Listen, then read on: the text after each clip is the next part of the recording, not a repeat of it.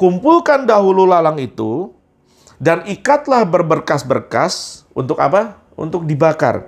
Kemudian kumpulkanlah gandum itu ke dalam lumbungku. Oke. Sekarang saya jelaskan arti perumpamaan ini. Ladang itu bicara tentang, ini tidak bicara tanaman di luar ladang ya. Saya bicara tanaman yang ada di dalam ladang. Ladang itu saya sebut sebagai orang-orang yang mengaku sebagai Kristen, sebagai pengikut Yesus hari ini. Sebagai pengikut Yesus. Orang Kristen. Saya nggak usah ngomong orang yang di luar dah. Dan kemudian ada dua jenis macam tanaman yang di situ. Yang satu bertumbuh, dibiarkan tumbuh, namanya gandum, karena memang itu yang target daripada Tuhan yang punya ladang. Kemudian ada tumbuhan lain yang namanya alang-alang, atau ilalang, atau lalang. Dan keduanya ini sama-sama dibiarkan bertumbuh. Sama-sama dibiarkan bertumbuh, tetapi destininya beda. Gandum ketika masa penampian, ketika kemudian dia dipisahkan dari alang-alang, termasuk dari debu jerami, dari chaff itu, dia akan dibawa ke lumbung. Lumbung bicara rumah Bapa yang kekal.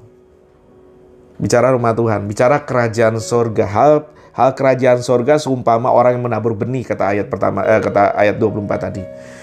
Dibawa pulang ke lumbung dalam kemuliaan Allah Bapa. Kemudian yang alang-alang dibakar. Dalam kematian kekal berarti. Anda yang menyaksikan ini mulai terganggu dengan pertanyaan begini. Berarti alang-alang itu, Pak, adalah orang-orang Kristen yang kemudian kehilangan keselamatan, kemudian dibuang ke dalam api. Salah. Salah. Coba baca perumpamaan itu dari awal. Dari awal ada dua benih yang berbeda. Ada yang gandum, ada yang ilalang, tumbuh di ladang yang sama. Dalam konteks kita, konteks kecil kita, ini ladang kecil ini bicara gereja Tuhan. Secara umum ya kekristenan secara umum. Kemudian di tengah-tengah kekristenan umum itu, di tengah-tengah gereja-gereja lokal yang ada dua macam tanaman. Ada gandum dan ada lalang. Lalang tidak pernah dimulai dari gandum, dan gandum tidak pernah menjadi lalang. Ini dua hal yang berbeda. Sekalipun ada di ladang yang sama. Sama-sama, kalau konteks orang Kristen nih, sama-sama dibaptis mungkin, sama-sama ikut segala sakramen, ikut segala prosesi, ikut segala tradisi, ikut segala perayaan, ikut pelayanan bahkan mungkin pegang jabatan dalam pelayanan. Tetapi lalang tidak pernah jadi gandum, saudara. Tidak ada perubahan wujud dalam perumpamaan ini. Lalang tetap lalang, gandum tetap gandum. Ketahuannya di akhir. Jadi Pak, ilalang yang dibakar itu adalah orang apa Pak? Saya sebut gini. Orang yang beragama Kristen. Tetapi tidak pernah betul-betul Kristen. Apa maksudmu Pak? Mungkin Anda bertanya. Orang yang betul-betul Kristen, saudaraku, Kristen itu bukan serangkaian seremoni ya, walaupun seremoni harus kita lewati. Tetapi kekristenan asli terjadi di sini, di dalam. Bukan di luar, bukan dengan kostum, bukan dengan jubah, dengan ornamen, dengan pernak-pernik, dengan kalung salib, dengan sakramen, dengan upacara, bukan. Bukan, itu cuma outer appearance, itu cuma tampilan luar. Tapi Kristen yang sejati itu di dalam. Maksudnya apa Pak di dalam? Terjadi sesuatu yang supranatural yang tidak bisa dikerjakan oleh manusia, hanya dikerjakan oleh Tuhan. Dalam Yohanes 3 Yesus menjelaskan kepada Nikodemus apa yang terjadi ketika Roh Allah bekerja dalam hidup seseorang. Yesus berkata roh itu tidak kelihatan dari mana asalnya, ujung pangkalnya tidak ketahuan, tetapi ketika dia bekerja pasti terasa. Dan Yesus sedang menjelaskan di Yeskiel 36 yang mengatakan bahwa pekerjaan Roh Kudus itu mengerjakan kelahiran baru dalam bahasa modern. Ada hati yang baru yang dihasilkan di dalam, ada roh yang dibaharui. Bukan hidup yang baru ditambah ke hidup yang lama, atau tabiat yang lama ditutup dengan tabiat yang baru. Bukan. Kalau itu yang Anda kerjakan sebagai Kristen, saya jamin cepat atau lambat dedek yang di bawah ini pasti akan muncul ke permukaan. Tidak ada orang menambal kain lama dengan kain baru, kata Tuhan Yesus. Nah, ini betul-betul baru. Ciptaan yang baru. Kepada setiap orang yang betul-betul menjadi Kristen, mengalami kelahiran baru, Alkitab berkata, yang lama sudah berlalu, sesungguhnya, sungguhan nih, sungguhan. Yang baru sudah datang. Apa? Apa yang baru? Hatinya baru, rohnya baru, tabiatnya baru. Yang lama sudah nggak ada. Dan ini kan terbuktinya di kapan, Pak, kata Anda? Terbuktinya ketika penampian. Ketika masa-masa sukar, ketika hidup terasa panas seperti yang kita rasakan hari ini. Apa buktinya kita percaya Yesus itu Tuhan dan Yesus itu baik? Apa buktinya bahwa kita percaya kita diselamatkan oleh Tuhan dan keselamatan itu adalah segalanya buat kita, sehingga kita bisa berkata gini, ku mau cinta Yesus selamanya. Gampang kalau lagi enak nyanyi, ku mau cinta Yesus selamanya. Baru dapat jodoh nyanyinya, wow gembira. Meskipun badai silih berganti dalam hidupku, karena tabungannya lagi banyak, gajinya baru naik, baru dapat promosi. Ku tetap cinta Yesus selamanya, baru dapat mobil baru. Terus angkat tangan, ya Aba, Bapa. Enak nyanyi begitu, saudara, kalau keadaan sedang baik. Tapi nyanyian itu terbuktinya kapan sebetulnya? Ketika keadaan sukar. Jadi ilalang itu tidak pernah betul-betul jadi Kristen. Sejak semula, sekalipun dia berada di ladang yang sama dengan kita, dia ilalang, dia alang-alang, dan akan berakhir di api kekal. Di ladang yang sama itu, gandum tetaplah gandum. Sepanjang masa dari pertama kali ditabur sampai dituai, dia tidak pernah berubah. Dari awal gandum, maka sampai akhir tetap gandum. Sedangkan lalang juga tidak berubah. Dari sejak awal dia ditabur di ladang itu, bertumbuh sama-sama di ladang itu, sampai akhir di waktu penampian dan penuaian, lalu dia dibuang ke dalam api, dia tetaplah lalang. Maksudnya begini, saudara. Saya kasih perumpamaan yang lain. Hanya karena Anda berdiam lama di dapur, selama puluhan tahun Anda memasak di dapur, tidak lantas menjadikan Anda seorang panci. Anda tetaplah ibu rumah tangga yang baik, yang punya skill, yang pintar memasak dan melayani dan mengurus keluarga Anda. Hanya karena Anda puluhan tahun ada di dapur, tidak lantas menjadikan Anda sebuah kompor. Hanya karena Bapak seringkali masuk di garasi, mengutak-ngatik motor atau mobil, tidak lantas menjadikan Bapak sebagai motor. Ngerti enggak, saudara, maksudnya? Hanya karena puluhan tahun berstatus atau beragama Kristen, hanya karena selama puluhan tahun berada dalam lingkungan Kristen, hanya karena selama puluhan tahun ada di gereja Kristen, tidak lantas menjamin seseorang itu adalah Kristen. Pakaian luar ini loh, saudara. Pakaian luar ini bicara ornamen yang kita kenakan, status yang kita miliki, posisi yang kita pegang dalam hidup dan dalam Kristenan, tidak akan pernah merubah apa yang ada di dalam. Kalau di dalamnya lalang dan tidak pernah jadi gandum, ya sampai akhir tetap lalang. Dan itu akan terbukti dari cara dia meresponi masa-masa sukar ini. Makin banyaknya sungut-sungut, keluh kesah, omelan, ocehan, bahkan kata-kata tidak patut yang keluar dari mulutnya, dari ketikannya, maupun dari sikap dan perangainya.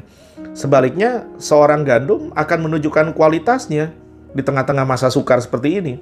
Di tengah masa penampian seperti ini, gandum atau emas akan makin bersinar. Dia akan penuh dengan ucapan syukur. Orangnya semakin dihimpit malah makin teduh, semakin tertekan malah makin sabar. Di tengah kekurangan yang dialami, dia tetap percaya sama Tuhan. Sekalipun hati khawatir, tetapi tetap tenang.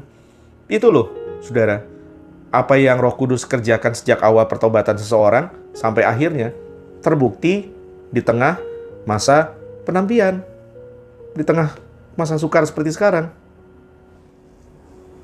Ini kan salah satu tanda akhir zaman yang banyak orang tidak mau khotbahkan. Tanda kedatangan Tuhan apa? Oke, kita bicara gempa bumi, perang, segala macam itu, saudara, termasuk krisis ekonomi akan menggiring sistem ekonomi jadi satu, sehingga Wahyu 13 digenapi di mana orang tidak dapat menjual, membeli. Ini bicara transaksi ekonomi berarti ya. Mulai yang dari antar negara sampai personal, kita belanja di toko, belanja di pasar, itu tidak bisa dilakukan tanpa tanda di tangan dan di dahi itu, kata Alkitab.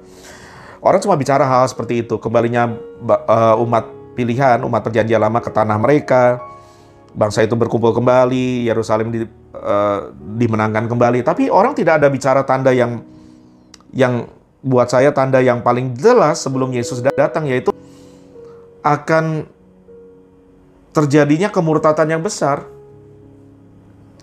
Yang terdahulu jadi terkemudian. Dulu paling semangat melayani, dulu paling berapi-api. Wow, mungkin heboh saudara ya, kalau pelayanan, kalau bicara ayat-ayat Alkitab paling heboh. Tapi kemudian undur, sehingga yang baru, yang lahir baru belakangan malah lebih maju imannya dari dia. Lantas pada akhirnya nubuatan Alkitab harus digenapi. Yesus menubuatkannya, Paulus menubuatkannya bahwa akan datang murtad besar. Murtad besar terjadinya seringkali bukan dalam keadaan senang kan? Bukan dalam keadaan enak. Justru murtad itu terjadi dalam keadaan tekanan. Baik tekanan nyawa ketika ada pedang di leher, sangkal Yesus nggak? Atau tekanan politik, atau tekanan posisi di kantor. Ini kan rahasia umum saudara. Orang rela tinggalkan Yesus demi posisi dan jabatan. Dan seringkali juga orang murtad karena tekanan ekonomi. Tekanan ekonomi. Dalam keadaan diberkati, berlimpah, mana ada orang meninggalkan Tuhan. Tapi dalam keadaan susah, ternyata Tuhan sebatas rupiah kan jadinya. Anda rasanya masih tidak yakin. Pak, tujuan belajar firman hari ini apa sih Pak? Tujuan belajar firman hari ini untuk membuktikan kemurnian imanmu yang teruji oleh penantian. Bahwa engkau betul-betul Kristen, bukan cuma waktu senang, tapi waktu susah. Waktu susah justru iman kita terbukti. Apa benar Pak, Lalang itu tidak pernah jadi Kristen? Tidak pernah. Kenapa? Karena Tuhan Yesus berkata, barang siapa yang ada di dalam Kristus pasti berbuah. Yohanes 15, coba buka Yohanes 15 saudara. Mulai ayat 1 sampai ayat 8. Anda bisa buka sama-sama saya. Tuhan Yesus mengibaratkan dirinya dengan pengikutnya, dengan anak-anaknya yang diperolehnya dari karya salib sebagai pokok anggur yang benar, dan Allah Bapa sebagai pengusahanya, pengusaha kebun itu yang punya ladang itu. Tuhan Yesus pokok anggurnya, dan kita adalah cabang-cabangnya, ranting-rantingnya. Dan Tuhan Yesus berkata begini, ada masanya, ada masa pemurnian, ada masa penampian. Perhatikan ayat 2. Kalau ayat 1 tadi, akulah pokok anggur yang benar, Bapakkulah pengusahanya. Ayat 2 berkata gini, Yohanes 15. Setiap ranting padaku yang tidak berbuah dipotong, dan setiap ranting yang berbuah dibersihkan. Nah, dibersihkan ini pruning. Dibersihkan ini juga sakit, saudara. Karena dibersihkan itu artinya ada ranting yang berbuah, ada banyak cabang-cabang kecil dari ranting itu yang terpaksa sekali harus dipotong pakai pisau supaya ranting itu menghasilkan buah secara maksimal dan tidak terbuang sarinya ke ranting-ranting kecil yang benalu, yang tidak perlu. Dan itu sakit proses pemurnian itu. Tujuannya apa? Supaya, kata ayat 2, ia lebih banyak berbuah. Siapa yang bilang dalam Kristen tidak ada masa pemurnian, tidak ada masa penampian? Untuk menciptakan emas murni itu harus ada api. Ayat 3 berkata, kamu memang sudah bersih karena firman yang telah kukatakan kepadamu. Tinggal dalam aku, kata ayat 4, dan aku dalam kamu. Sama seperti ranting tidak dapat berbuah dari dirinya sendiri. Cabang itu tidak bisa berbuah dari dirinya sendiri. Kalau ia tidak tinggal pada pokok anggur, demikian juga kamu tidak berbuah jika kamu tidak tinggal dalam aku. Ternyata, sekalipun ada cabang pada batang pohon, ada cabang pada pokok, ada cabang, ada ranting-ranting yang kelihatannya nempel pada pohon itu, tetapi kalau dia tidak menghasilkan buah, maka dalam perumpamaan biologi seperti ini, saudara, Tuhan Yesus berkata bahwa cabang itu, ranting itu sebetulnya nggak connect. Kalau Anda ingat sebuah tanaman, batang, akar, di bawah akar menyerap sari-sari makanan, lalu menyalurkannya ke semua bagian pohon, ke setiap ranting dan cabang. Dan kalau koneksi itu lancar, maka cabang dan ranting pasti berbuah. Tapi kalau ada ranting yang tidak berbuah, namanya rantingnya nggak connect. Nggak connect.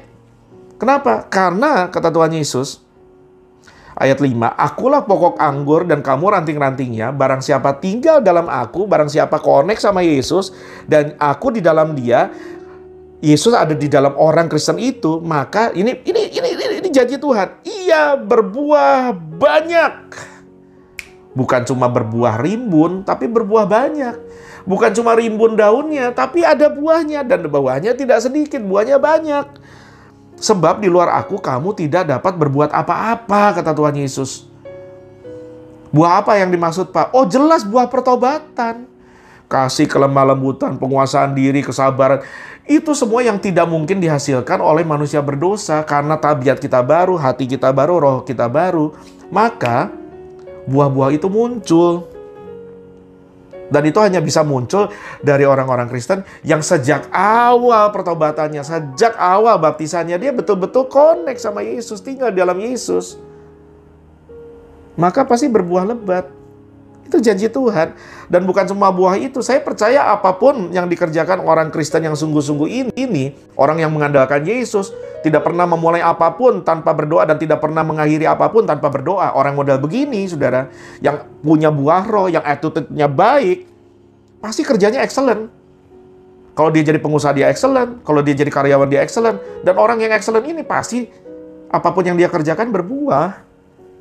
Jadi orang yang tidak produktif bukan orang Kristen. Orang Kristen itu produktif.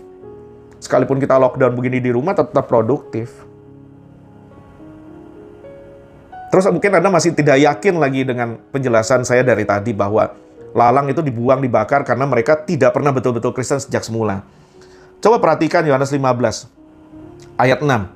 Barang siapa tidak tinggal dalam aku, ini artinya kelihatannya connect, kelihatannya nempel, tapi tidak betul-betul connect, tidak betul-betul Kristen. Karena dari awalnya di ladang tadi, di Matius 3 tadi, kalau Anda ingat sama di Matius 13, dari awal memang ilalang.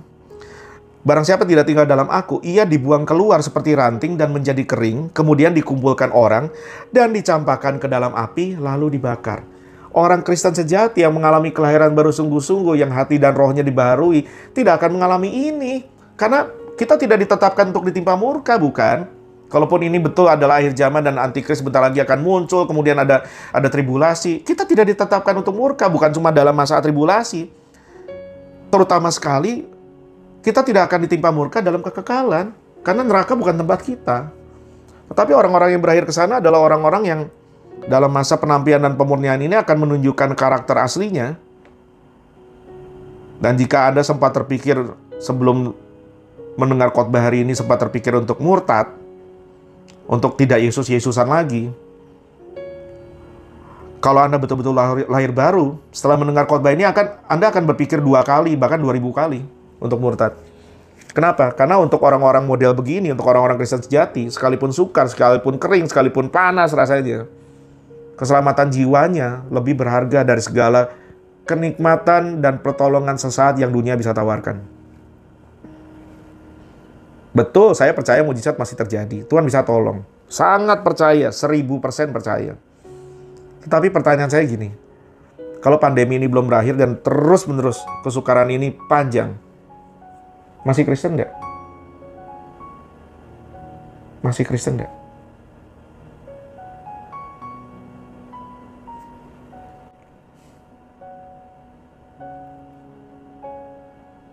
Kemarin kita merayakan Yesus naik ke surga. Sama seperti murid-murid setelah menyaksikan kenaikan Yesus, mereka 10 hari diam di loteng Yerusalem, 120 orang berdoa menantikan Roh Kudus. Kok bisa 10 hari? Nggak kemana-mana, cuma diam menantikan. Di tengah tekanan, di tengah dicari-cari oleh pemerintah Romawi, dicari-cari oleh para pemuka-pemuka dan petinggi-petinggi bait suci, orang-orang Yahudi, mencari mereka bukan cuma untuk ditangkap, tapi untuk dibunuh, untuk dibantai. Dan mereka bersembunyi di loteng itu 10 hari, menantikan. Nah ini kan jadi pertanyaan buat kita.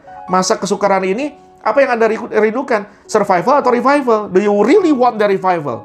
Apakah Anda betul-betul merindukan revival atau sekedar survival yang membuat Anda akan bertahan jadi Kristen? Asal Tuhan tolong saya survive.